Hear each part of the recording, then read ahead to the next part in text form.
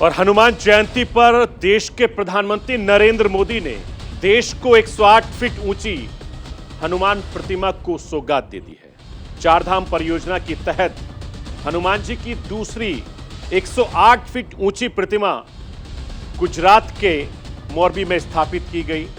मैं आपको यह बताना चाहता हूं, त्रेता युग में रावण की लंका में आग लगाने वाले हनुमान जी आज भी सक्रिय हैं। सनातन धर्म में भी और सियासत में भी हनुमान जी ने भले ही निस्वार्थ भाव से भगवान राम की सेवा की हो, लेकिन आज उनके नाम पर स्वार्थ की सियासत हो रही है। जय हनुमान ज्ञान गुण सागर, जय कपीस तिहु लोक उजागर। रामदूत अतुलित बल धामा, अंजनी पुत्र पवन सुत नामा। पवन पुत्र हनुमान यानी जिनके जाप से भूत पिशाच दूर भागते हैं। संकट मोचन हनुमान यानी जिनका नाम लेने से हर पीड़ा हर संकट दूर हो जाता है। उन्हीं महावीर हनुमान जी की 108 फीट ऊंची प्रतिमा का अनावरण अब गुजरात के मोरबी में किया गया। प्रधानमंत्री नरेंद्र मोदी ने वर्चुअली अनावरण किया।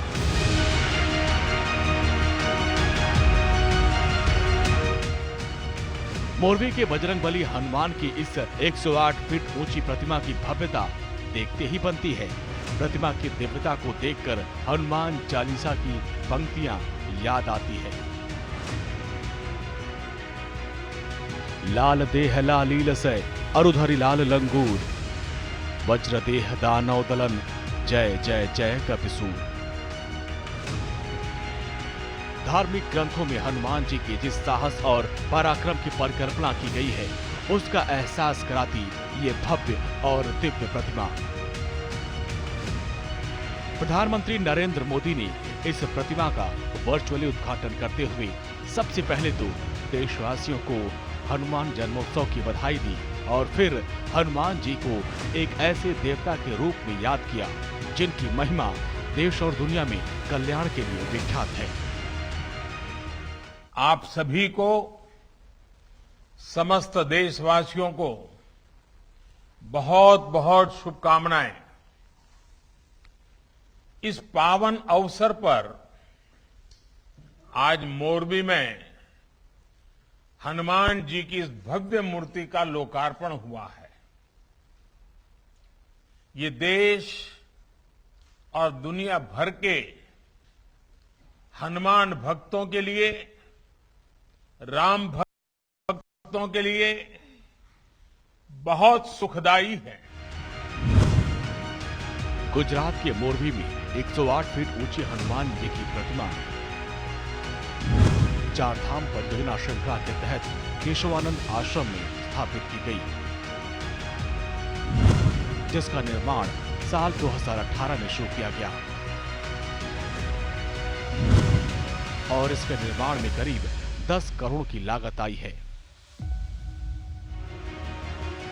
प्रधानमंत्री नरेंद्र मोदी ने मोरबी हनुमान जी की प्रतिमा का वर्चुअल अनावरण करते हुए कहा कि बजरंगबली एक भारत श्रेष्ठ भारत के प्रतीक हैं। हनुमान जी सबका साथ, सबका विकास और सबके विश्वास के भी प्रतीक हैं। हनुमान जी सेवा, साधना, शक्ति और भक्ति भाव के प्रतीक हैं। ऐसे महावीर जी की कृपा सब पर बनी रहे, यही उनकी कामना है। हनुमान जी अपनी भक्ति से, अपने सेवा भाव से सबको जोड़ते हैं। हर कोई हनुमान जी से प्रेरणा पाता है। हनुमान वो शक्ति और संबल है जिन्होंने समस्त वनवासी प्रजातियों और वन बंधुओं को मान और सम्मान का अधिकार दिलाया। इसलिए एक भारत श्रेष्ठ भारत के भी हनुमान जी एक अहम सूत्र है। आइए अब आपको उस परियोजना के बारे में बताते हैं जिसके तहत मोरबी में इस बार हनुमान जी की 108 फीट ऊंची प्रतिमा स्थापित की गई है।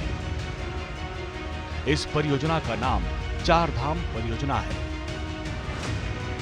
जिसके तहत देश की चारों दिशाओं में हनुमान जी की ऊंची प्रतिमा स्थापित करने की योजना है। इसकी शुरुआत 2010 में की गई थी।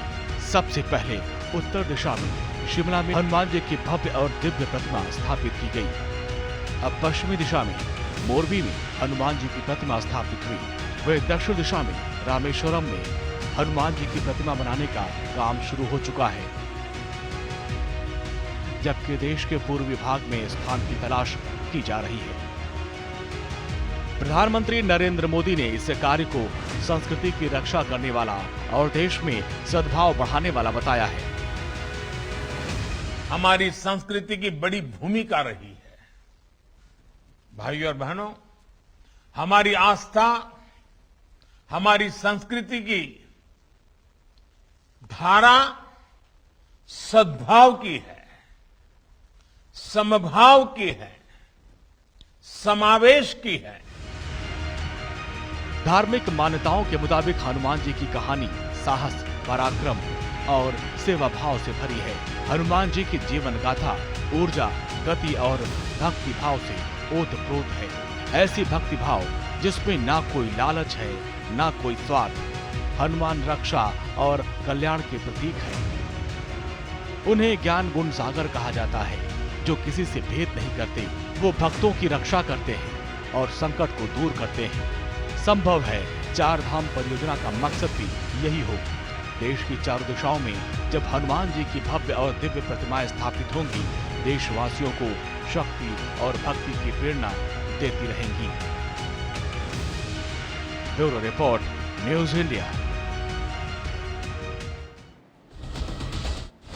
आज हनुमान जयंती है, संकट मोचक का दिन है। हर कोई संकट मोचन के अपने कल्याण के लिए विनती कर रहा है। सियासी लोग भी इसी कतार में शामिल हैं। और मैं आपको ये बताना चाहता हूं कि महाराष्ट्र नवनिर्माण सेना के प्रमुख राज ठाकरे इन दिनों हार्ड हिंदुत्व की राह पर चल पड़े हैं। कभी मराठी मानुष की सियासत करने वाले राज ठाकरे अब हिंदुत्व के झंडा बरदार बने हुए हैं। अजान वर्सेस हनुमान चालीसा की सियासत को हवा देने वाले राज ठाकरे अपना सियासी संकट वीर संकट मोचन की पूजा करके खत्म करना चाहते हैं। वैसे ठाकरे खानदान की सियासत का यह स्टाइल बहुत पुराना है। बाला साहब के दौर में शिवसेना ऐसी ही सियासत के लिए जानी जाती थी।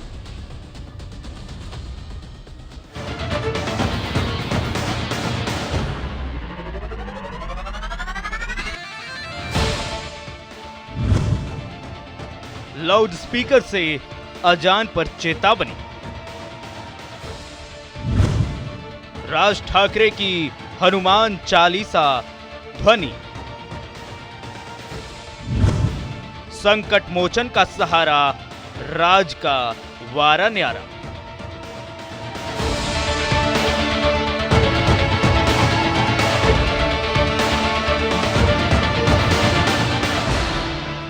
अजान पर राज ठाकरे की चेतावनी ने महाराष्ट्र नव निर्माण सेना में जान फूंक दी। एमएनएस, जो महाराष्ट्र में अस्तित्व तलाश रही है, अपने निर्माण से लेकर अब तक जमीन खोज रही है।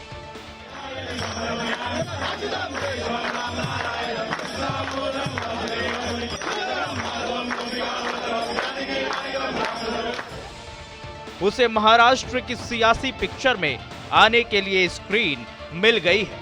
बाला साहेब ठाकरे के हार्डकोर हिंदुत्व, जिससे शिवसेना आजकल दूर दूर है, उसे पाने की राज ठाकरे में आस जगी है। और सहारा राज ठाकरे को दिया है संकट मोचन हनुमान ने।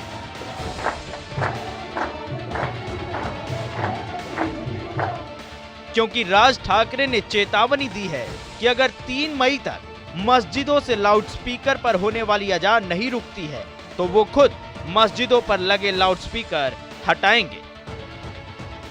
3 तारखेला ईद आहे। माझी राज्य सरकारला, गृह खात्याला माझी विनंती आहे, कुठचीही तेढ, कुठचीही दंगल, कुठच्याही गोष्टी आम्हाला निर्माण करायच्या नाहीत. आम्हाला त्याची इच्छा देखील नाही. महाराष्ट्राचं स्वास्थ्य आम्हाला बिघडवायचं नाही. पण आज 12 तारीख आहे. 12 ते 3 मे महाराष्ट्रातल्या सगळ्या मशिदींवरच्या मौलवींशी तुम्ही त्यांना बोलवून घ्या. त्यांना सांगा सर्व मशिदींवरचे लाऊडस्पीकर हे उतरले गेले पाहिजेत, खाली आले पाहिजेत. 3 तारखेनंतर तुम्हाला कोणताही त्रास आमच्याकडनं होणार नाही. राज ठाकरे की ये कोशिश हूबहू वैसी ही है जब उन्होंने सफर शिवसेना से अलग होने के बाद शुरू किया था। राज ठाकरे ने तब मराठी मानुष का मुद्दा उठाया था। उनके निशाने पर हिंदी भाषी लोग थे। एमएनएस के कार्यकर्ताओं ने उस दौरान सड़कों पर खूब उत्पात मचाया था।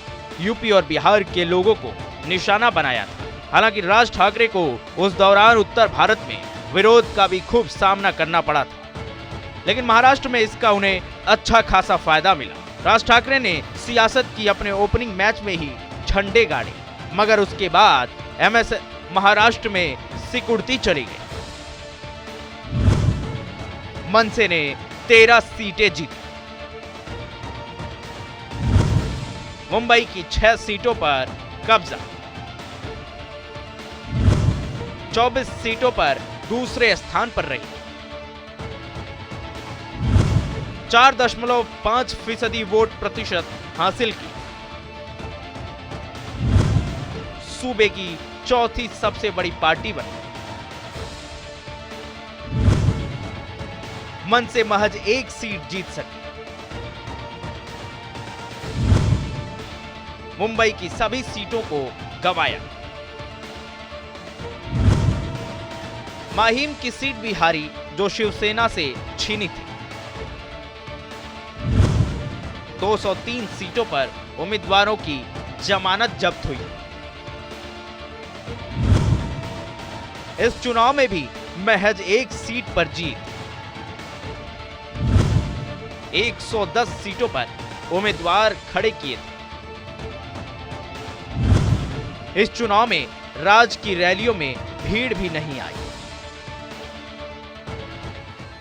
आंकड़े बताते हैं कि 2006 में शिवसेना से अलग होने के बाद राज ठाकरे ने मनसे का गठन किया।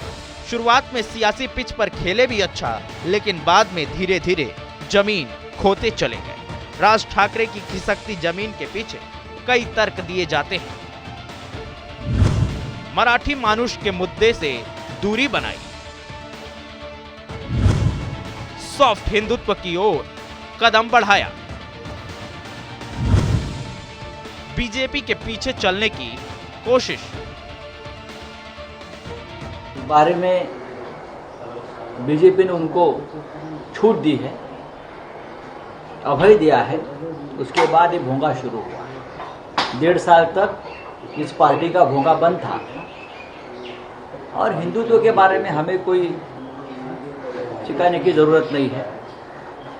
हिंदुत्व शिवसेना के खून में है, रगों रगों में बहता है। और जब भी हिंदुत्व के ऊपर हमला हुआ है